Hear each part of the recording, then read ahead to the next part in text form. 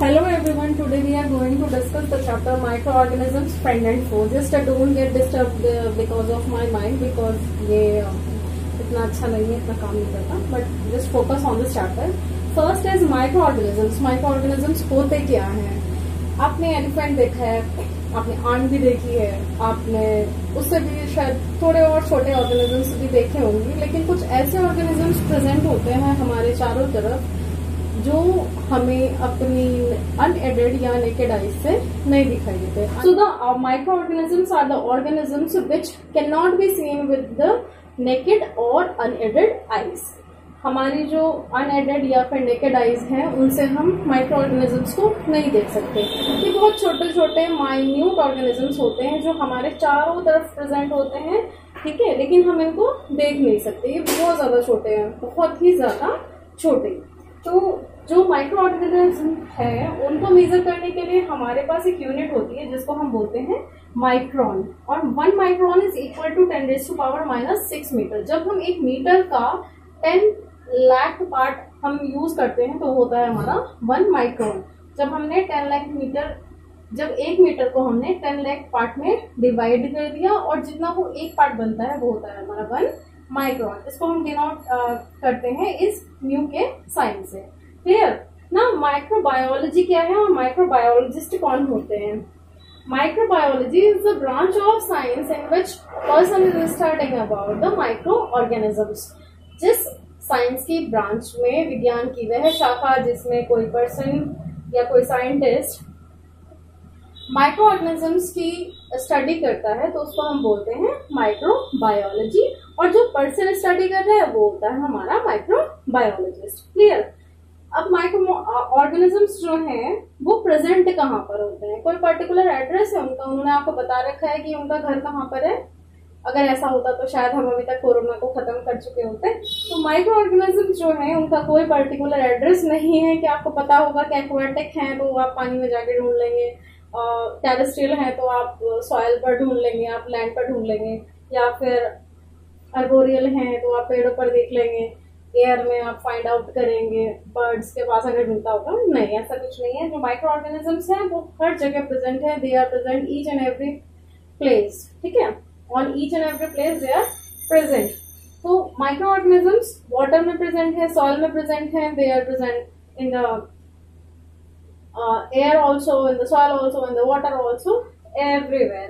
कोई ऐसा प्लेस नहीं है जहां पर माइक्रो ऑर्गेनिजम्स प्रेजेंट नहीं होते. ये इनकी क्वालिटी होती है कि extreme high condition means extreme high temperature और एक्सट्रीम लो टेम्परेचर दोनों में ही सरवाइव कर सकते हैं. और ये सरवाइव कैसे कर सकते हैं? ये जब बहुत ज्यादा हाई टेम्परेचर या बहुत ज्यादा लो टेम्परेचर इनके चारों तरफ क्रिएट किया जाता है या नॉर्मली भी प्रेजेंट होता है तो ये क्या करते हैं अपने चारों तरफ एक प्रोटेक्टिव लेयर जिसको हम बोलते हैं सिस्ट, ठीक है, एक प्रोटेक्टिव लेयर जिसको सिस्ट बोलते हैं वो बना लेते हैं. और ये सिस्ट क्या करती है? इनको अंदर से प्रोटेक्ट रखती है. जब टेम्परेचर नॉर्मल हो जाएगा तो ये सिस्ट डिसअपेयर हो जाती है, लेकिन जब हाई टेम्परेचर या लो टेम्परेचर होगा तो ये अपने चारों तरफ सिस्ट बनाएंगे और खुद को प्रोटेक्ट रखेंगे. ठीक है. Who describe first? अब माइक्रो ऑर्गेनिजम्स का डिस्क्रिप्शन सबसे पहले किसने किया था?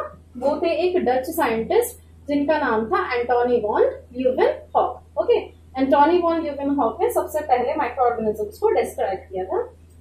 Now sixth point is major group कौन कौन से हैं माइक्रो ऑर्गेनिजम्स के? ये जो माइक्रोब्स हैं इनको माइक्रो ऑर्गेनिजम्स भी बोलते हैं और माइक्रोब्स बोलते हैं. तो we will just use the term microbes क्योंकि माइक्रो ऑर्गेनिजम्स बोलना बहुत ज्यादा लेंथी हो जाता है फ्रिक्वेंटली.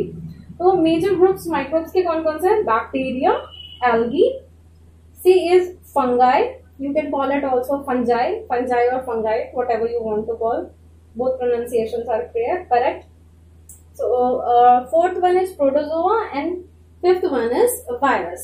वायरस जो है एक बिल्कुल सेपरेट ग्रुप बनाया हुआ है माइक्रोब्स का, क्योंकि इसके जो कैरेक्टरिस्टिक्स होते हैं वो टोटली डिफरेंट होते हैं रदर देन दीज 4 ग्रुप्स. ये जो 4 ग्रुप्स हैं इनके कैरेक्टरिस्टिक्स फिर भी मैच करते हैं, एक दूसरे से थोड़ा सा सिमिलर होते हैं, लेकिन वायरस का जो कैरेक्टरिस्टिक्स हैं वो बिल्कुल अलग होते हैं.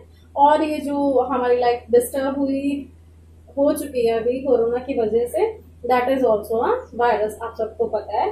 So just we will discuss now about these major groups. Hello. Now we will discuss about the microorganisms chapter. Activities are given over there.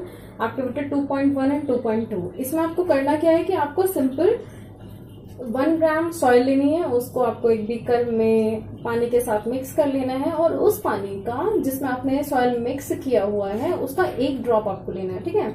उसकी 1 ड्रॉप लेकर के आप जब ग्लास स्लाइड पर रखकर उसे माइक्रोस्कोप की हेल्प से ऑब्जर्व करते हैं तब आप देखते हैं कि उस वाटर में इतने सारे बैक्टीरिया प्रेजेंट होते हैं। सेम आपको एक्टिविटी परफॉर्म करनी है 2.2 जिसमें आपको पॉन्ड वाटर लेना है। पॉन्ड वाटर क्यों स्पेशली बताया हुआ है उसमें, क्योंकि पॉन्ड वाटर जो होता है स्टेगनेंट वाटर होता है, रुका हुआ पानी होता है एक जगह पर, और रुके हुए पानी में जो बैक्टीरिया हैं, जो माइक्रो ऑर्गेनिजम्स हैं, जो माइक्रोब्स हैं, वो बहुत ज्यादा ग्रो कर लेते हैं, ठीक है।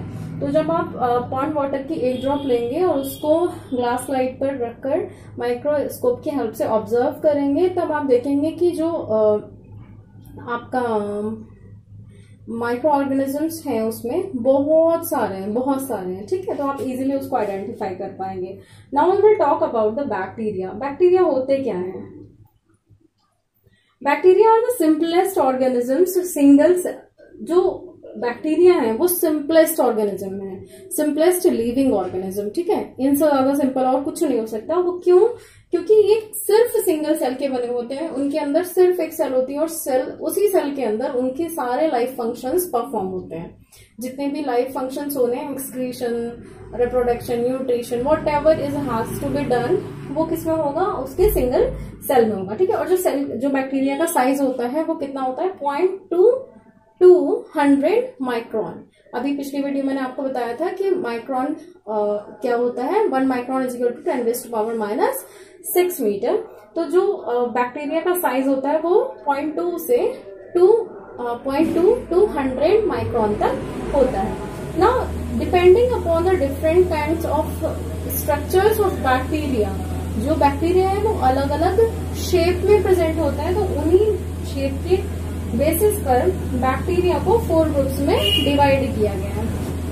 बेसिकली बैक्टीरिया रॉड शेप्ड होते हैं, जैसे कि रॉड बनी हुई है, इस टाइप के ये बैक्टीरिया होते हैं। और इसका एग्जांपल है आपका एस्टेरेशिया कोलाई।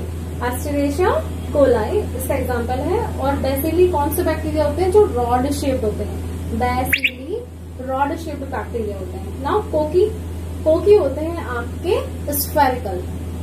स्फेरिकल साइज, ये शेप, ओके। कोकी स्फेरिकल होते हैं और इनका एग्जांपल है आपका स्ट्रेप्टोकोकस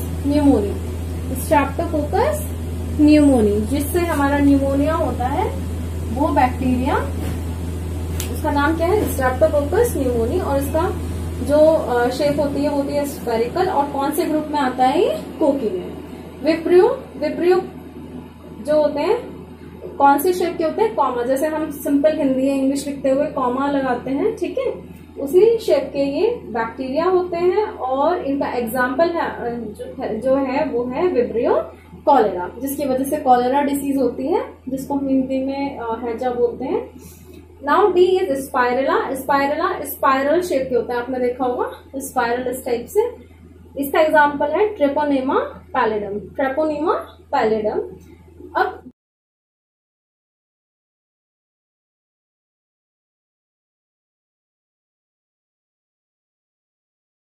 जो बैक्टीरिया होते हैं उसमें मोड ऑफ न्यूट्रिशन जो है वो depending upon consumption of oxygen और नॉट कंजम्पशन ऑफ ऑक्सीजन पर डिपेंड करता है। जो बैक्टीरिया अपनी ग्रोथ के लिए ऑक्सीजन को यूज करते हैं, ऐसे बैक्टीरिया को हम बोलते हैं एरोबिक बैक्टीरिया, ओके। जिनको ऑक्सीजन की जरूरत है, जो ऑक्सीजन कंज्यूम कर रहे हैं, उन बैक्टीरिया को हम बोलेंगे एरोबिक बैक्टीरिया। और जिन्हें ऑक्सीजन की जरूरत नहीं है, ये O2 इन्हें चाहिए और इन्हें O2 नहीं चाहिए, एनएरोबिक, इनको ऑक्सीजन जरूरत नहीं है अपनी ग्रोथ के लिए, तो हम इनको बोलते हैं एनएरोबिक बैक्टीरिया। क्लियर? ना जो रिप्रोडक्शन होता है बैक्टीरिया में वो मोस्टली वो किस मोड के थ्रू होता है? Binary fission. बाइनरी मतलब बीच में से, फिजन मतलब टूट जाना। तो जो हमारे बैक्टीरिया हैं उनमें रिप्रोडक्शन होता है बाइनरी फ्यूजन के थ्रू। इसमें क्या होता है, सेल जो है एक सिंगल सेल का बना हुआ है हमारा बैक्टीरिया, और यहाँ के सेल जो होती है वो थोड़ी स्ट्रेच होने लगती है, खींचने लगती है अपने बोर्ड्स पर, और इसी के साथ में इसका जो जब ये पूरा सेल थोड़ी सी साइड में से बड़ी हो जाती है, ठीक है, तो इस एक सेल से दो सेल हमारी फॉर्म। 1 ग्राम सॉइल के अंदर 100 मिलियन तक बैक्टीरिया प्रेजेंट होते हैं, और हमारे स्कैल्प के ऊपर 500 मिलियन तक बैक्टीरिया प्रेजेंट हो सकते हैं, ठीक है। इनका साइज बहुत ज्यादा छोटा होता है, लेकिन ये नंबर में बहुत ज्यादा प्रेजेंट होते हैं, हमें दिखाई नहीं देते, इसलिए बोलते हैं कि जब भी आप अपने बालों को टच कर रहे हैं या फिर कोई भी चीज आप टच कर रहे हैं तो उसके बाद में आपको अपने हैंड वॉश कर लेने चाहिए। Particularly nowadays people are very conscious about it, but उससे थोड़ा पहले आजकल भी है, थोड़ा ऐसे ही लोग हैं, थोड़ा irresponsible, but nowadays we are taking care of us and we are minding कि हमें हैंड वॉश करने चाहिए, क्योंकि कोरोना ने सबको बहुत ज्यादा सोचने पर मजबूर कर दिया इन सब चीजों। Hello everyone, now we will discuss about the second group of microbes, so that is algae. What is the Latin meaning of algae is seaweed. Okay, जो समुद्री घास होती है उसको हम क्या बोलते हैं, algae. लैटिन में जो algae का मीनिंग है वो है समुद्री घास, seaweed. Okay, अब ये जो है हमारे algae, इनको हम सिंपलेस्ट प्लांट बोलते हैं। सिंपलेस्ट प्लांट इसलिए बोलते हैं क्योंकि ना तो इनमें रूट होते हैं, ना इनमें स्टेम होता है, और ना ही इनमें लीव्स होते हैं। ओके, इनमें रूट, स्टेम और लीफ कुछ भी डिफाइन नहीं होता, कुछ भी क्लियर नहीं होता कि आप एक एल्गी को देखें और उसमें बता सकें कि इसकी रूट कहाँ है, इसका स्टेम कहाँ पर है और इसकी लीफ कहाँ पर है, ठीक है। तो ये सिंपलेस्ट प्लांट्स होते हैं, और इनमें इनका कैरेक्टरिस्टिक्स ये है कि इनमें क्लोरोफिल प्रेजेंट होता है, ठीक है। क्लोरोफिल प्रेजेंट है तो इनमें फोटोसिंथेसिस होगा, फोटोसिंथेसिस होगा तो अपना फूड जो है वो खुद ये बना सकते हैं। क्लियर। नाउ जो एल्गी होते हैं वो यूनिसेल्युलर भी हो सकते हैं, मींस माइक्रोस्कोपिक भी हो सकते हैं, इन्हें आप माइक्रोस्कोप की हेल्प से भी देख सकते हैं, यूनिसेल्युलर, और इसका एग्जांपल है आपका क्लेमाइडोमोनास। और मल्टीसेल्युलर भी हो सकते हैं, कुछ मीटर तक लंबे भी हो सकते हैं। ओके, या तो माइक्रोस्कोपिक हैं, ये आपको माइक्रोस्कोप की हेल्प से ही दिखाई देंगे, या मल्टीसेल्युलर हो सकते हैं, जैसे आपका एग्जांपल है वॉलबॉक्स। ओके, वॉलबॉक्स क्या है, मल्टीसेल्युलर एल्गी है, और ये कुछ मीटर तक लंबे भी हो सकते हैं। Now other examples of algae is Spirogyra. Okay, Spirogyra, Chlamydomonas and Volvox, these are the common examples of algae. And the main characteristic जो आपको याद रखना है वो ये याद रखना है कि इनमें क्लोरोफिल प्रेजेंट होता है। अच्छा, आपने देखा है एल्गी कहीं, आपने देखा होगा कहीं पर ना रेनी सीजन में स्पेशली, या फिर कोई टैप होता है जिसमें कंटिन्यूसली पानी जा रहा है, या वहां पर ग्रीन कलर की एक लेयर बन जाती है, या आपने देखा होगा कि पॉन्ड में भी पूरा कभी कभी ग्रीन सारे में फैल जाता है, पूरे पॉन्ड में ग्रीन हो जाता है। अगर आप किसी टब में भी पानी भर करके रख दो कुछ टाइम के लिए, 15 डेज और 1 मंथ के लिए, तो उस पर पूरे पर ग्रीन कलर की एक लेयर जम जाती है, ठीक है। तो वो एल्गी ही होती है, उसको हम हिंदी में बोलते हैं काई। आपने बोला होगा कभी कि काई हो रही है, आपकी दादी या आपकी मम्मी ने बोला होगा कि यहाँ पर काई हो रही है, तो वो काई जो होती है वो क्या होती है, एल्गी। ओके, इसमें क्लोरोफिल प्रेजेंट होता है, फोटोसिंथेसिस हो सकता है, फोटोसिंथेसिस होगा तो ये फूड अपना खुद बना सकते हैं। Hello everyone, now we will discuss about the fungi. Fungi आपने सुना ही होगा कि हमारे कपड़ों में फंगस लग गई है या फिर खाने में फंगस लग गई है। अगर आप ब्रेड पीस को 2 और 4 डेज के लिए फ्रिज में नहीं रखते, ठीक है, रेफ्रिजरेटर से बाहर रखते हैं, तो क्या होगा कि उसके ऊपर व्हाइट या फिर रेश या फिर पिंक कलर के पैचेस बन जाते हैं। और ये पैचेस किस चीज के होते हैं, ये होते हैं फंगाई के। ओके, ये जो पैचेस होते हैं ये फंगस या फंगाई के होते हैं। कुछ लोग इसे फंजाई भी बोलते हैं। यूकेनाई होते हैं वो यूनिसेलुलर भी हो सकते हैं, मल्टीसेलुलर भी हो सकते हैं। यूनिसेलुलर का एग्जांपल है ईस्ट। जो आपका ईस्ट, आपने सुना होगा कि पिज्जा बेस बनाने के लिए एक्टिवेटेड ईस्ट यूज होता है। आप लोगों ने लॉकडाउन में बहुत सारा पिज्जा खाया होगा बना करके घर पर। ओके, तो उसके लिए क्या यूज होता है, ईस्ट यूज होता है, जो कि यूनिसेलुलर फंगाई है। मल्टीसेलुलर फंगाई है हमारी मशरूम। ये दोनों ही हमारे लिए बेनिफिशियल है, लेकिन not each and every unicellular और multicellular fungi is useful for us. अगर आपने ब्रेड रखी हुई है और वो अनवांटेड ग्रोथ हो गई है, अनवांटेड फंगस लग गई है, तो वो हमारे लिए बेनिफिशियल नहीं होगी। ठीक है, अगर आपने वो खराब स्पॉइल्ड की हुई ब्रेड या सड़ी हुई जो ब्रेड है जो फंगस लगने से सड़ गई है, खराब हो गई है, स्पॉइल्ड हो गई है, अगर आप उसे खाएंगे तो ऑब्वियसली आपको फिर डाइजेशन में प्रॉब्लम होगी, आप बीमार पड़ सकते हैं। ना तो मल्टी सेलुलर होते हैं जिनका एग्जाम्पल मशरूम है, तो मशरूम भी ऐसा नहीं है कि each and every mushroom is good for our health. कुछ जो मशरूम है वो पॉइजनस भी हो सकते हैं। जब किसी वुड पीस के ऊपर, ठीक है, कंटिन्यूसली रेन होती रहेगी या पानी गिरता रहता है, तो आपने देखा होगा कि रेनी सीजन में वहां पर ये मशरूम ग्रो कर जाते हैं। ठीक है, गांव में उसको पहले सांप की छतरी बोलते थे, but actually it was a mushroom.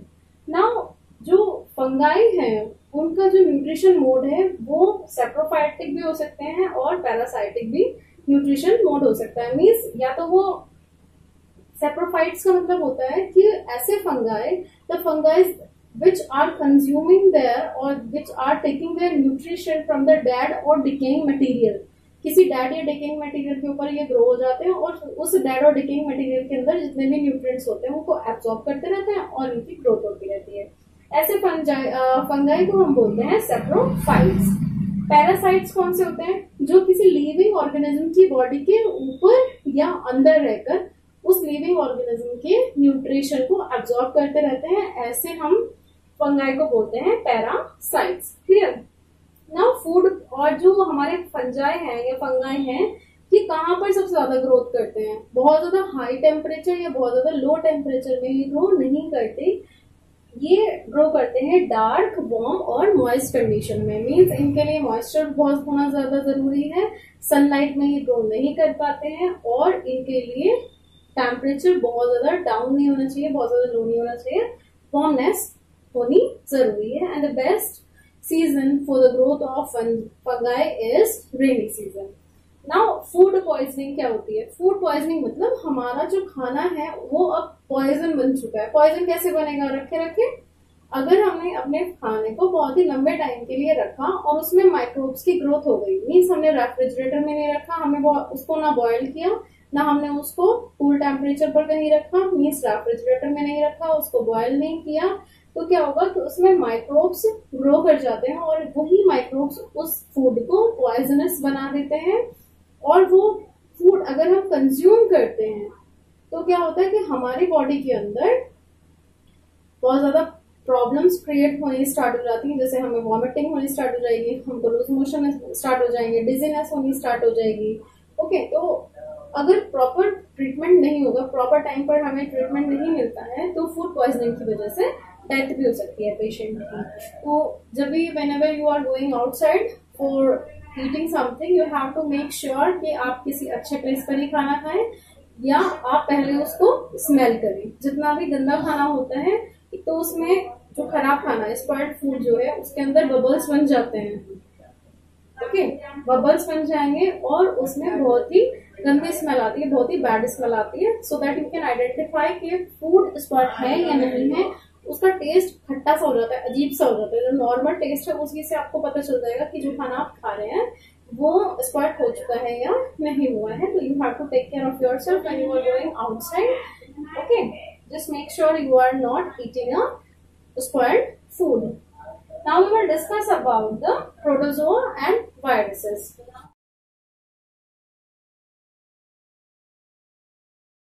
Now we will discuss about the protozoa. Protozoa की स्पेशलिटी है कि इसमें सिर्फ यूनिसेल्युलर ही ऑर्गेनिज्म होते हैं। ओके, इनकी सिर्फ एक ही सेल होती है और ये इनको हमने फर्स्ट एनिमल का नेम दिया है और इनके लिए एक अलग से किंगडम की अरेंजमेंट है। ठीक है, इनको एक अलग किंगडम में रखा गया है जिसका नाम है प्रोटिस्टा। प्रोटिस्टा में क्या होते हैं? यूनिसेल्युलर ऑर्गेनिज्म ही होते हैं। इनको हम बोलते हैं फर्स्ट एनिमल। ओके, ये कहाँ कहाँ प्रेजेंट होते हैं? They are present in the ponds, in the lakes, in the rivers, sea and damp soil. Now इनका जो मोड ऑफ न्यूट्रिशन है वो सेप्रोफाइटिक भी हो सकता है या पैरासाइटिक भी हो सकता है। Saprophytic means they are taking their nutrition from the dead or decaying material, or parasitic means they are living inside the or the upper body of the living organism. Clear? Now इनमें जो exceptional case है वो है Euglena का। Euglena exceptional case क्यों है? क्योंकि Euglena के अंदर प्रेजेंट होता है क्लोरोफिल, और क्लोरोफिल प्रेजेंट होने की वजह से ये अपनी बॉडी के अंदर फोटोसिंथेसिस की प्रोसेस कंप्लीट कर सकता है, अपना खाना खुद बना सकता है। बाकी जितने भी इसमें माइक्रोब्स हैं प्रोटोजोआ में, वो या तो सेप्रोफाइटिक हैं या पैरासाइटिक हैं। इसके अदर एग्जांपल्स हैं अमीबा, पैरामीशियम। अमीबा की कोई शेप नहीं होती, ये हमेशा अपनी शेप जो है वो चेंज करता रहता है। ओके, पैरामीशियम की शेप कुकुम्बर जैसी होती है, स्लीपर जैसी होती है। एंड यूग्लिना की जो शेप है वो भी वो इस टाइप से होती है। 1 मिनट, वो इस टाइप से होती है। Clear? Something like this. Now viruses, the 5th group, the special group is of viruses, जो हमारी लाइफ को हेल्प बनाने में सबसे आगे रहते हैं। Viruses are the connective link between the living and non living. क्यों इनको कनेक्टिंग लिंक बताया जाता है? क्योंकि जब ये एक लिविंग सेल से बाहर होते हैं, ठीक है, जब ये लिविंग सेल से बाहर है तो ये डेड हैं, लेकिन जब ये लिविंग सेल के अंदर चले जाते हैं, ये एंटर कर जाते हैं किसी लिविंग सेल के अंदर, तो ये भी लिविंग हो जाते हैं। मीन्स इनके अंदर भी रिप्रोडक्शन स्टार्ट हो जाता है। ओके, इसीलिए इनको हम बोलते हैं connecting link between the living and non living things. Viruses क्या होते हैं कि एक न्यूक्लियर मटेरियल है और वो सिर्फ एक प्रोटीन कोट के अंदर बंद है। ये सपोज कीजिए न्यूक्लियर मटेरियल है और ये इसका प्रोटीन कोट है, तो ये हमारा वायरस रेडी हो गया। ये स्ट्रक्चर होती है वायरस की। इसके अंदर कोई सेल नहीं होती, इसकी खुद की कोई सेल नहीं है, बस एक ये न्यूक्लियर मटेरियल है इसका, और इसके बाहर ये प्रोटीन कोट होता है। अब ये करता क्या है कि जब ये किसी लिविंग सेल के अंदर एंटर कर जाता है तो उसके, ये सेल है हमारी, इसके अंदर हमारा वायरस आ गया और फिर ये अपना रिप्रोडक्शन स्टार्ट करेगा, अपने नंबर इंक्रीज करता चला जाएगा, इंक्रीज करता चला जाएगा, और सारा जितना भी न्यूट्रिशन है उस सेल का उसे कंज्यूम कर लेता है। जब इनकी जो नंबर्स है वो इतना ज्यादा बढ़ जाते हैं कि सेल के अंदर, सेल की जो जितना भी न्यूट्रिशन है वो एब्जॉर्ब कर लिया है, तो ये सेल जो होती है ये बर्स्ट हो जाती है। ओके, ये सेल क्या होती है? बर्स्ट हो जाती है। नाउ जो वायरसेस होते हैं ये बहुत ही स्मॉल साइज के होते हैं, बैक्टीरिया से बहुत ही ज्यादा स्मॉल साइज के। इनका जो साइज मेजर होता है वो होता है मिली माइक्रोन में। मिली माइक्रोन मतलब 10⁻⁻⁹ मीटर। ओके, नाउ जो वायरसेस हैं वो कौन कौन से हैं? आपने अभी तो कोविड-19 का सिनेरियो चल रहा है, ठीक है, अभी तो ये हीरो बने हुए हैं।